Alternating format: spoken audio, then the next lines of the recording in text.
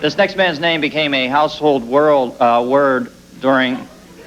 He got real popular during the Gulf War. You know him as Saddam Hussein, but we all... No, we didn't book him. We didn't book him. He's doing a book tour, but I didn't like him. He is CNN's military affairs correspondent in Washington. Please welcome the Whoop Man, Whoop Blitzer. Hey, Whoop.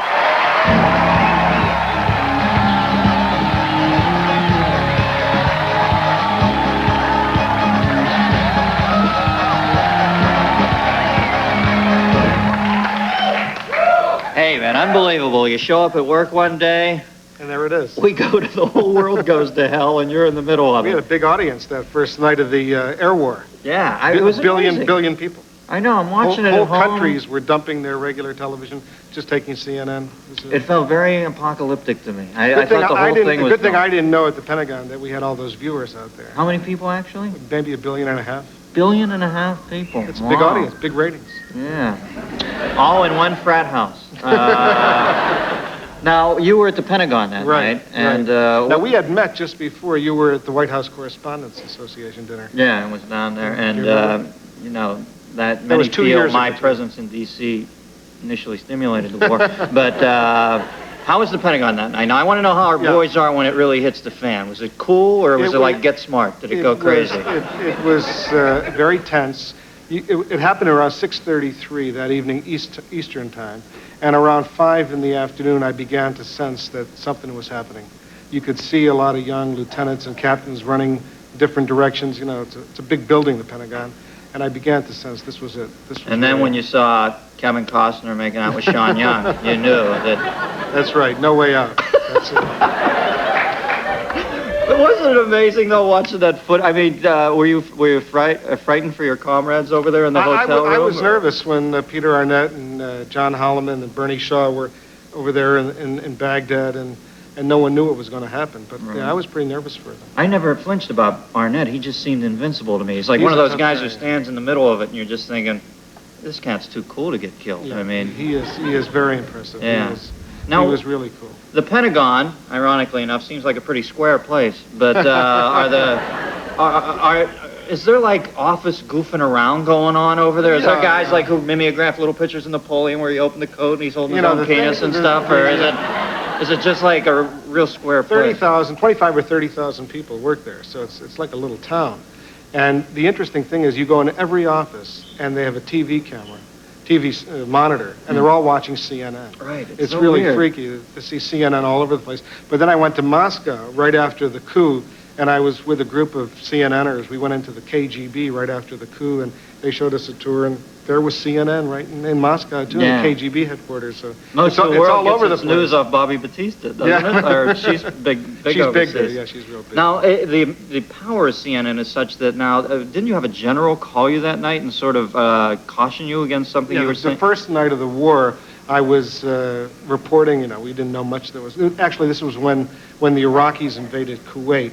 And, you know, I went on the air and had a big audience, obviously, that night, too. And I remember getting back to my office, which is in the Pentagon, right in the so-called E-ring, and a big guy from the Department of Defense called me up and said, you know, you have to be careful what you're saying out there because a lot of people are watching, and they think you may know what you're talking about. And you could give the wrong signals and could cause some impact on the national security. So it was a pretty harrowing experience for me, recognizing the enormity of the challenge that I had. Yeah. Now, what about the figures that we got from the war? How do they hold up in hindsight? Have they been Westmorelandized, or are they pretty accurate? Well, they learned a lot of lessons from Vietnam. One thing, they never gave any official body counts of the enemy, unlike during Vietnam.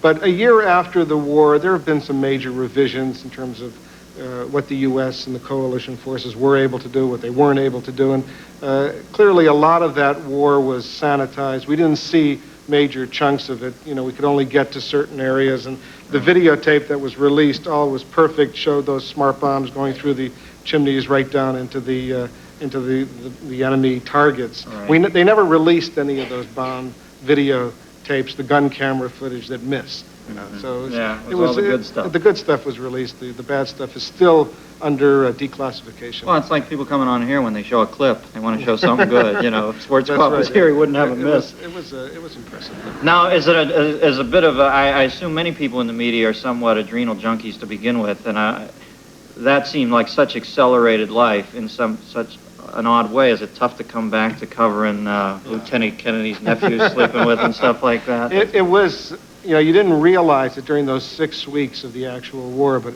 it really was, you know, we worked all day and all night. It was real hard work. And after you finish that, you come back and you have to cover, you know, troop cuts and budget cuts and base closings. It's a little slower, but it's still pretty exciting. And I must say that I started off 1991 covering the Gulf War, and I wound up in December of '91 covering the collapse of the Soviet Union. Yeah, so those, you know, which was, when you think about it in terms of history, a momentous year. A much bigger story.